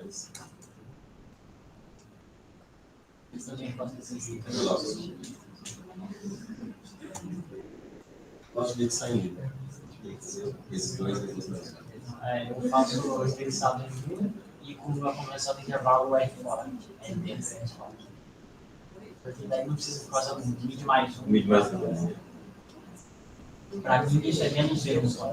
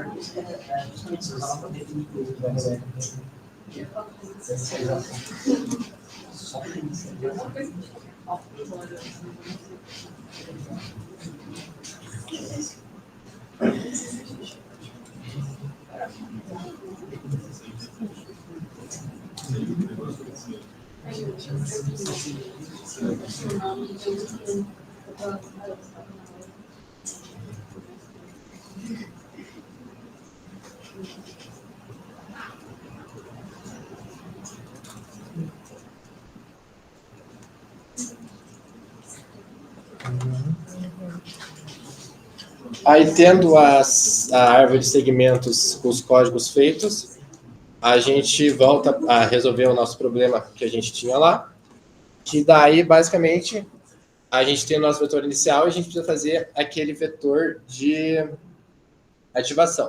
Só que, nesse caso, como a gente vai percorrer o vetor com índice J, a gente vai precisar procurar os elementos à esquerda maiores do que o elemento correspondente ao índice J e à direita os elementos menores do que o elemento correspondente ao índice J, a gente vai precisar criar duas árvores de segmentos, uma para fazer as consultas da direita e uma para fazer as consultas da esquerda. E daí para fazer... E também a gente precisa fazer, antes disso, a gente precisa fazer um mapeamento, ou seja, qual índice cada elemento do vetor que eu tenho vai corresponder no vetor de ativação. Então, eu também vou criar um outro vetor que vai ser que eu vou ter os elementos ordenados, que ele vai receber basicamente os mesmos valores. Ops.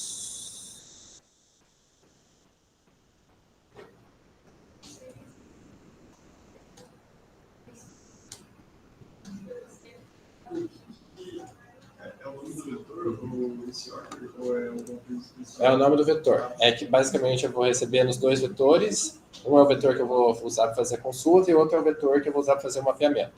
E daí, para fazer o mapeamento, eu preciso ordenar sem perder os valores do vetor inicial. Aí eu só estou passando os valores para os dois vetores e daí eu ordeno... Oi? Não. Esse é o próximo problema. Ah, tá. E daí, para fazer a ordenação, a gente tem a função do stl, que faz essa ordenação para a gente do vetor, sem a gente precisar fazer algum algoritmo na mão. Que nem a gente vê bubble sort, insertion sort e um monte de sort, a gente tem o próprio função do stl, que consegue fazer essa ordenação para a gente, fica de forma bem mais fácil.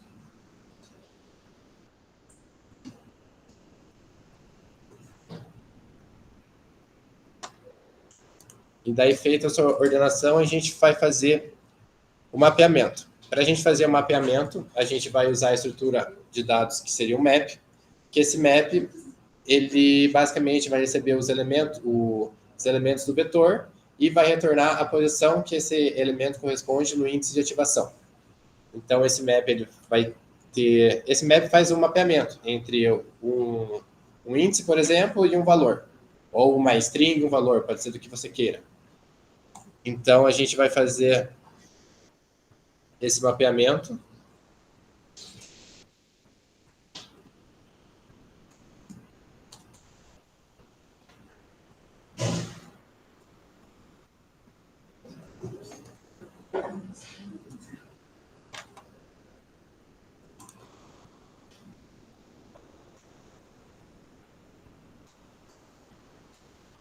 Basicamente, o mapeamento esse código faz exatamente o que a gente fez passo a passo lá anteriormente.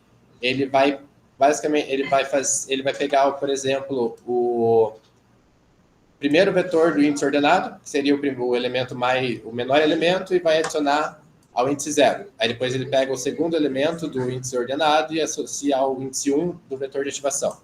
E vai fazendo esse processo. E daí depois a gente vai de fato para montagem do vetor de ativação, que seria a nossa árvore, da árvore de segmentos.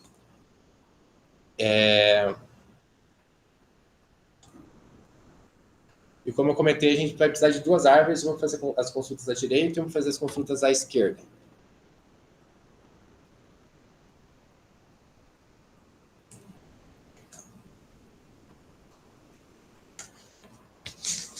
E fazendo a primeira parte das consultas da esquerda, a gente vai percorrer, que nem eu tinha comentado, todos os elementos com índice J. Então, eu passo pelo vetor inicial inteiro com índice J. E basicamente a resposta, eu percorro com índice J. Aí eu tenho os elementos à esquerda e à direita, e basicamente o meu resultado para aquele índice J vai vir de uma fórmula de combinatória, que eu tenho, por exemplo, uma quantidade de elementos maiores que o elemento que o J que eu estou olhando à esquerda.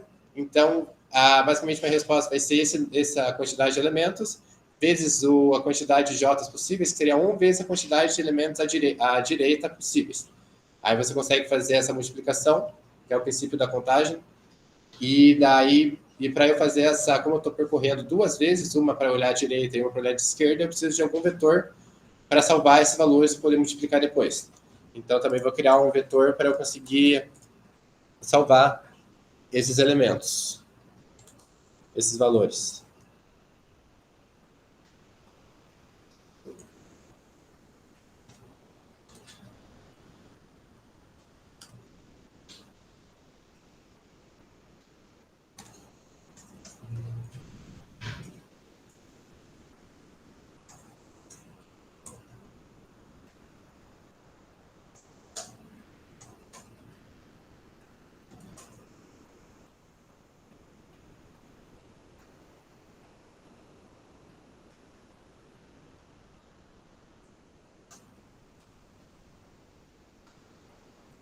E daí, com isso, eu consigo, depois do vetor de ativação meu já está feito e a árvore já está montada, eu consigo fazer a busca. E daí, basicamente, essa busca vai fazer uma consulta lá na árvore, do índice 0 até o índice anterior ao que eu estou usando ao que eu estou usando no vetor para fazer essa iteração. Então, com isso, eu tenho basicamente os elementos à esquerda relacionados ao vetor, esse índice J, e depois eu vou fazer todo esse processo para pegar os índices à direita. Só que antes disso eu preciso atualizar, para cada interação, eu preciso atualizar a árvore, que daí eu vou botar um elemento para a direita, eu preciso atualizar esse elemento que eu acabei de passar, que agora ele está à esquerda, então eu vou precisar deixar ele como 1 na árvore e fazer toda a atualização da árvore.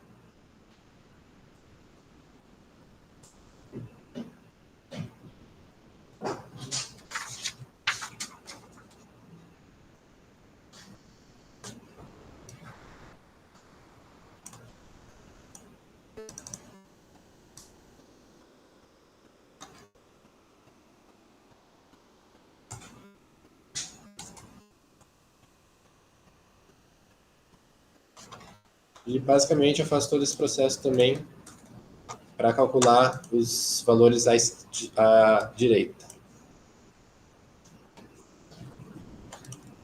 Só que eu preciso mudar também a query, porque essa query que eu fiz antes, ele pega os elementos à esquerda, que são os menores. Que são, aliás, calma aí. E inverter a direção do...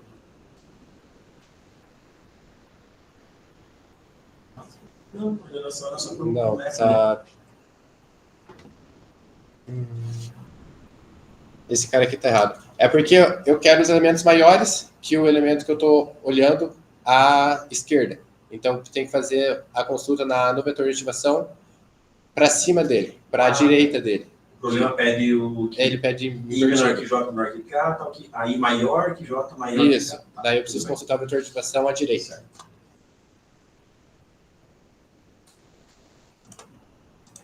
E daí aqui sim, esse cara acho que já tá.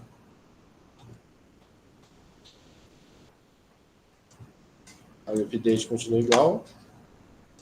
E daí esse cara eu quero a esquerda do vetor de ativação.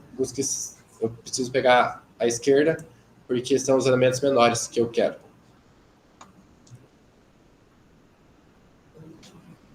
E que daí já tá certo esse cara.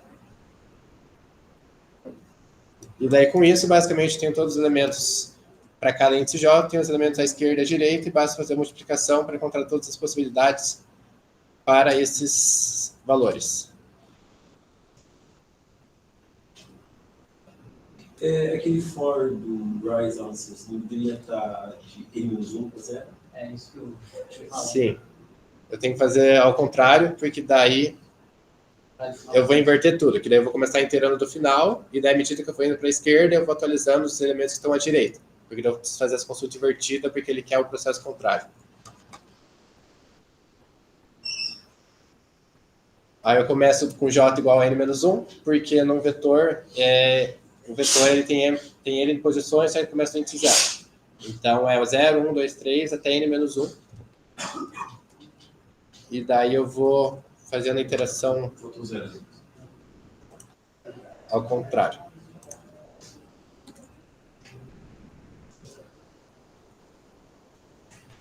E daí, para o final, basta eu multiplicar e somar o resultado para cada índice.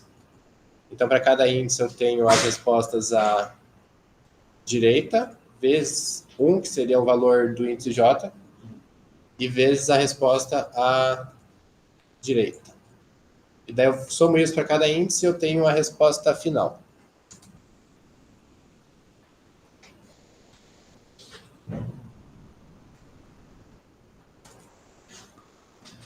Para quem é novo e não entendeu nada disso do que eu falei, agora eu vou falar uma parte que pode ser importante, que é, tipo, eu tenho esse programa, eu vou compilar ele e vou pegar as respostas que estão lá no Codeforces e colocar elas para rodar nesse programa para conseguir ver se o que eu fiz está certo. Então, a primeira coisa que eu vou fazer é compilar esse cara. É pequeno? Pô, mas...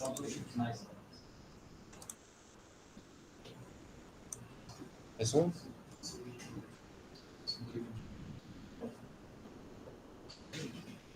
E deu erros. Aliás, eu acho que você pegou.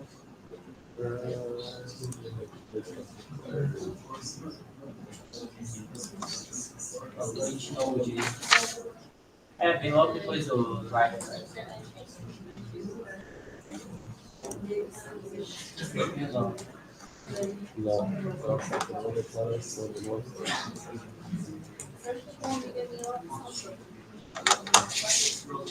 Isso. E daí agora eu vou criar os meus arquivos de entrada. Oi? Aqui eu uso o Vim. Aí eu copio a primeira entrada.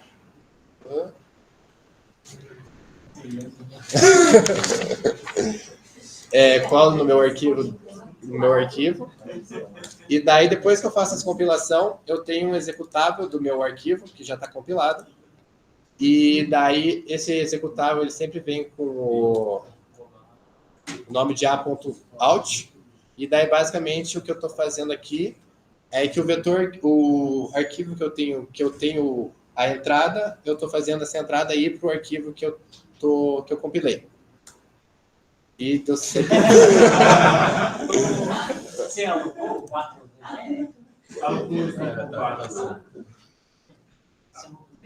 Sem desconfortos.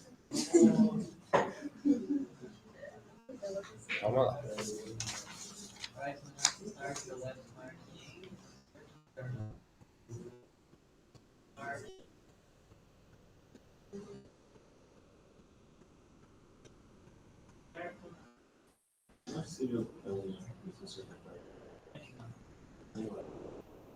Deixa eu ver no update ali.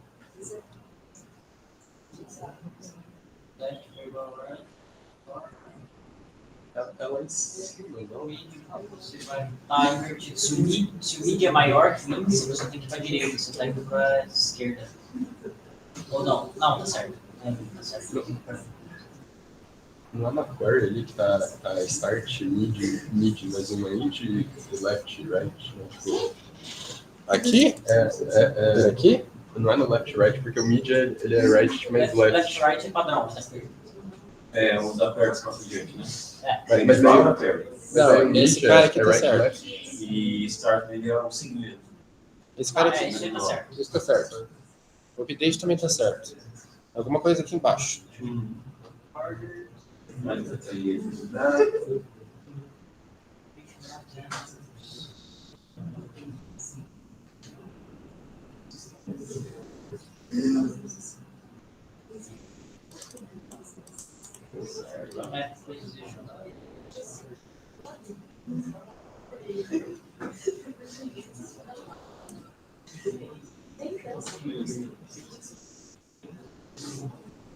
Salva nós aí, Pedro. Dá uma verificada nesses índices aí que você tá chamando aqui. Tudo que é embaixo, né? 47, 48.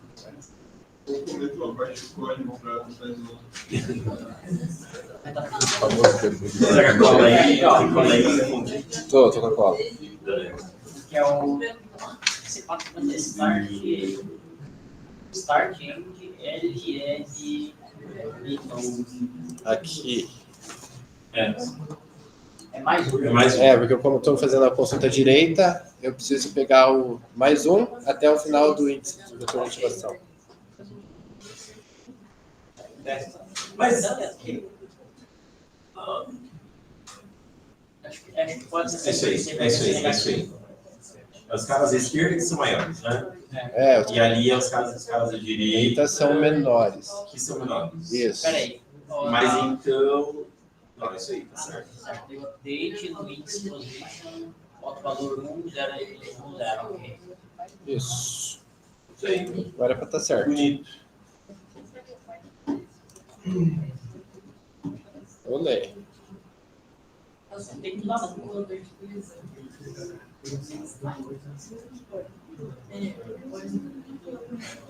Vamos lá.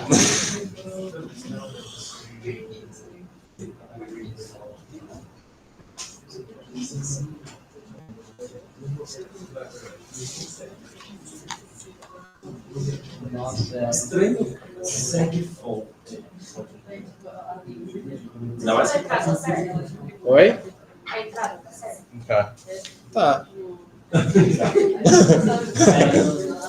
é Qualquer decisão, complicado. se ele botar isso no primeiro vou perguntar dele aí. não, mas que ele fez tudo importação aqui, né?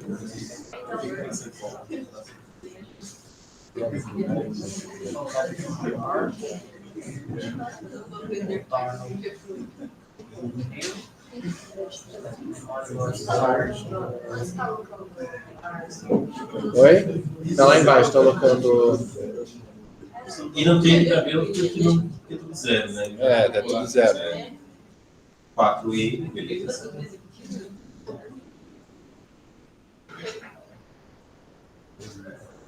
E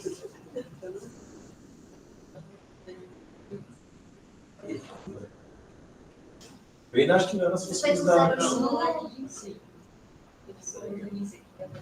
vai rolar o zero certo. De ver se dá um update no valor. É right, mas left, porque você lá no outro, mas lá no outro. Porque você tá fazendo. Porque o left e right. É start end, o mid, a soma é start end do Lá left na right. primeira função, Oi? lá na primeira Quando você função, calcula o mid, o mid Ah, é verdade, o mídia é que eu chamo de start end, né? Sim, start o mais left end. right ali é o intervalo da consulta, né? É. Não é o segmento do nó. E na update também. Tá? Eu sempre chamo de LRIJ. Aí eu fui. Eu tendi a achar que tudo certo. Eu chamo de LLI. X, LX, LX. Da árvore. LR é segmento e J é intervalo. Então, daí o meu LX Oi? X é o intervalo. Aonde? O X é o log do intervalo. É um mais. É o mais. É que tá ruim de ver. Agora vai. Agora vai. Era pra ser zero? Não sei, geral. 8. Era 8. Deu que 0? Zero. Bom, já não é segue for. Agora já dá pra debugar. Já dá pra debugar com 20. Change left to right.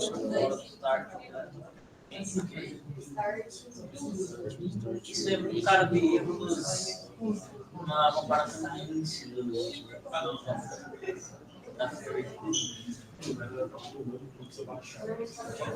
Ali na base daquela função de query, quando você tem um pouquinho,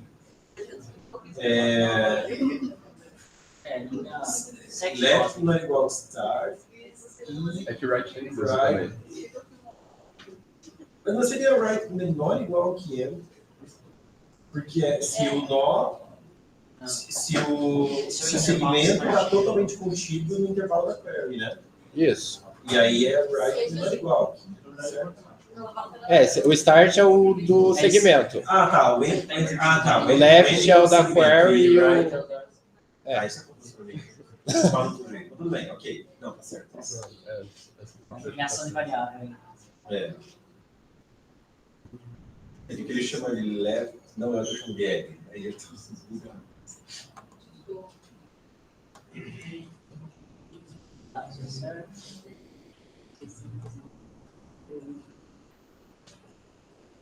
A curva tá dando zero. Exatamente. Faz o seguinte, Calma aí. não se as... Você abre as respostas de todas as posições. Você pode estar fazendo uma query com um parâmetro errado. Mas tá dando tudo certo, porque ele soma, né? Não, mas tem multiplicação envolvida. Larga 2 fors antes de printar o resultado. Você vai printar aqui a resposta da esquerda e outra da direita. E daí, se é tudo zero, a gente sabe que o erro está na cor. Uma oficina de Debugger. Pô, pior que é, né? Debugger é importante pra caramba. Deu ali um minutinho, você viu, né? Na hora de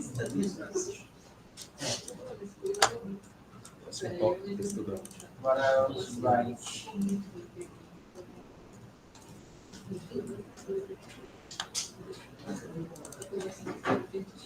outra coisa, acho que você não definiu o MDL lá. Foi o NGL do segundo lado.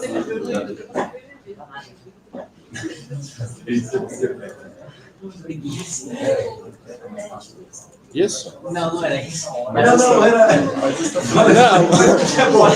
Não, mas isso é importante também. Isso é importante. Não é que lá no outro botou o NGL no segundo, na segunda linha. Final do forno lá. É. Ah, mas Vai grudar, mas tudo bem. não é nada. Não teve espaço. Não tá com zero.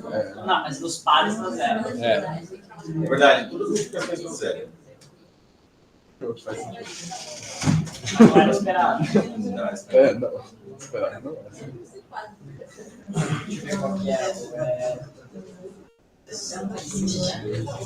Produto escalar. Estranho.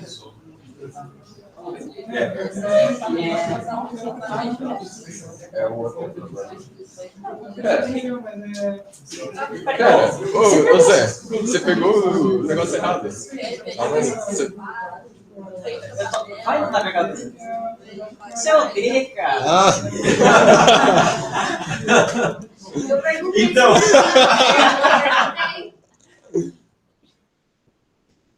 Então, você tem que testar com a entrada do problema. A entrada do outro problema. Era pra dar um, deu um. Pois é. era pra dar um, deu um. Ah, Olha pô, só. beleza. Ou seja, Tá tudo errado, né? aqui é subdividido. Nossa, mais entrada ali.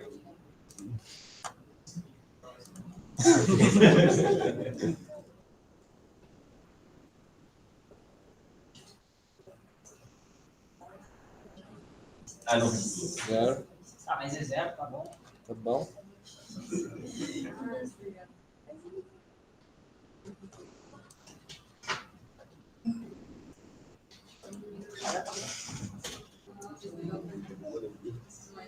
Ok.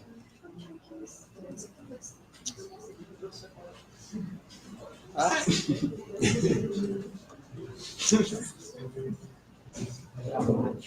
É Grama. automático. 4? Olha só, hein? Tava certo. Ó, eu já fiquei com preguiça de jogar muito seguindo, rapaz.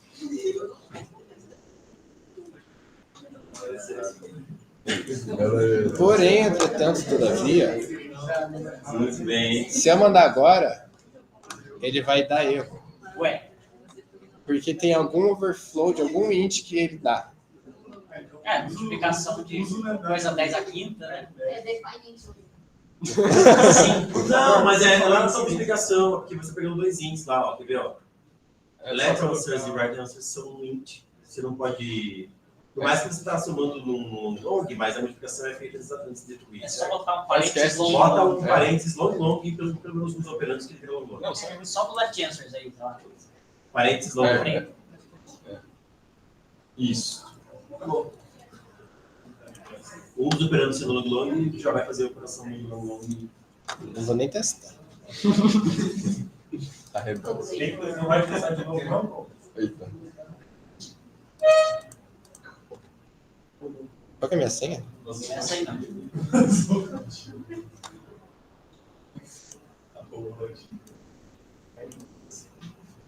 Deixa eu tomar. Cada multiplicação aqui ela pode dar até 10 na 12, são 10 na sexta multiplicações, vai até 10 na 18, 18 cada um e não precisa tudo certo.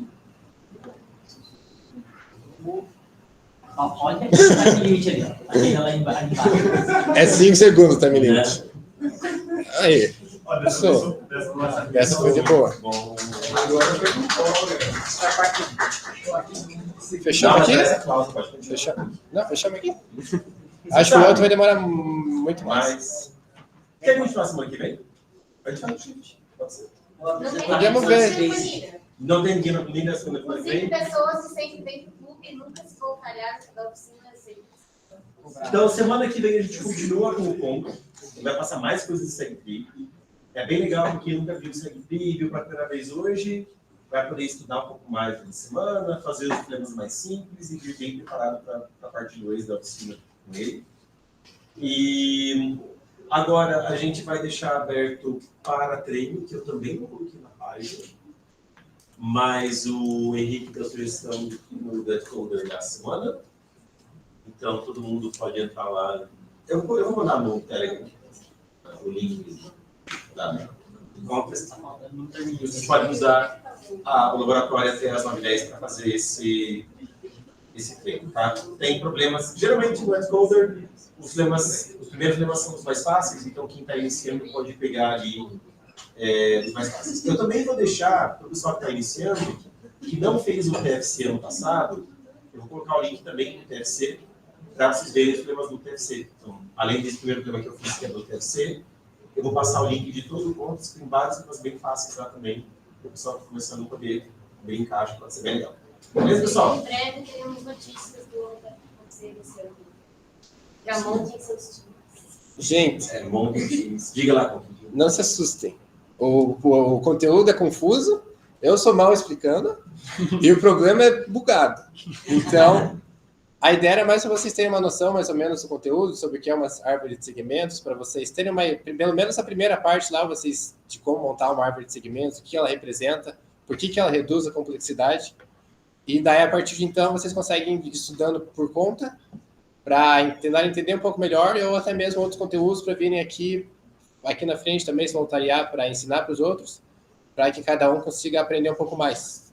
E essa era a ideia. Muito bem. E a gente espera muito que vocês que nunca se voluntariaram e que já estão há um tempo aqui no clube, já são fazendo coisas legais. Inclusive, às vezes a pessoa pensa, pô, mas aqui tem uma galera muito mais avançada que vem dar aula e eu não sei o que fazer e tal. Eu acho que, tipo assim, se todo mundo que só é avançado fica dando aula, fica só essa galera dando aula, e daí só quem é avançado vem na aula porque a aula é avançada. Eu acho que nosso objetivo aqui não é necessariamente dar aula para os outros, mas compartilhar aqui no Kids Closer que se manda. Então, pô, eu sou iniciante, então vem aqui e compartilha um exercício iniciante, você viu? Ali eu acho que o objetivo é mais a gente ter essa discussão do que querer dar aula. Exatamente isso. Tenham aí pessoas que estão no clube, a planilha de voluntariado lá no aberto. Né? Então, mesmo quem é super, super iniciante, mas que estudou alguma coisa que achou legal, pode trazer também e compartilhar, não tem nem problema. Tá? A gente quer mesmo que haja esse compartilhamento, que o espaço da oficina é para isso. E eu tenho mais uma coisa que eu queria falar, enquanto está gravando aí. Eu não sei, o pessoal mais novo, se vocês são calouros, estão no primeiro ano da graduação, como é que calouros? Segundo semestre. Às vezes a gente está muito acostumado assim, com a ideia das aulas muito estruturadas, sabe? Você está muito viciado nesse modelo que você vai para a aula, você está numa cadeira e o professor explica tudo os detalhes de modo tão mastigado que você não precisa nem pensar, né? Mas esse modelo de aprendizado, ele não permite cativar muito longe. Então, meio logo no curso mesmo, nos próximos semestres do curso de graduação de vocês vão ver que o aprendizado vai ocorrer cada vez menos em sala de aula e cada vez vai ser mais importante o esforço de vocês nessa classe. E a aula, ela meio que vai ser cada vez mais um momento em que você tem um primeiro contato com alguma coisa, que você pega alguns detalhes isolados sobre aquele assunto que não fazem muito sentido e que depois, quando você vai estudar aquilo, fazer os exercícios e tentar, de fato, aprender, é que aquelas coisas que você pegou na aula vão começar a se juntar e fazer sentido e você, de fato, vai aprender. Conhecimento técnico, conhecimento acadêmico superior, avançado, dificilmente você consegue aprender em sala de aula de modo passivo. O jeito mesmo é você estudar, fazer exercícios, praticar, e aí o aprendizado de fato ocorre. Então, no clube, você às vezes vai ter detalhes ali que você não vai pegar, vai ter coisas que o colega vai falar que você não vai entender, mas a ideia geral, você tendo, sei lá, pegado algumas coisas, e isso depois, quando você sentar para você estudar o código que o colega fez, porque o colega compartilha também o código, quando você pegar aquilo para você tentar fazer, quando você pegar aquele assunto para estudar, aí você vai lembrar de certas coisas que ficaram soltas na memória, e aquilo vai fazer sentido e aquilo vai gerar um aprendizado. E também é um pouco para isso. Assim. Aí isso é para sempre. Até hoje, sei lá, eu já, enfim, alguns anos aí de bagagem, quando eu vou nas conferências, na minha área, né, mais profissionais, mais avançadas, e eu vejo os seminários, vejo as apresentações dos colegas, e, tipo, boa parte das coisas eu não entendo nada. Assim, eu acompanho as apresentações nos primeiros minutos, daí a pouco estou boiando. Sempre assim. E isso vai ser sempre assim para sempre. Mas o importante é, ok, eu conheci esse assunto novo, eu aprendi, eu vi essa coisa pela primeira vez, eu já sei onde procurar informação, eu já tenho uma referência, então depois eu vou lá, eu pego, eu vou, estudo, aprendo, e nunca vai mudar. Só muda a régua, né? Só muda onde que começa a coisa a ficar difícil, que você, a partir dali, precisa estudar para aprender. É isso aí, pessoal. Muito obrigado a todos que vieram hoje. A gente vai deixar o computador aberto e eu já vou mandar no grupo do Telegram os links para vocês poderem praticar. Beleza? Obrigado mais uma vez. Vamos aplaudir o nosso convidado.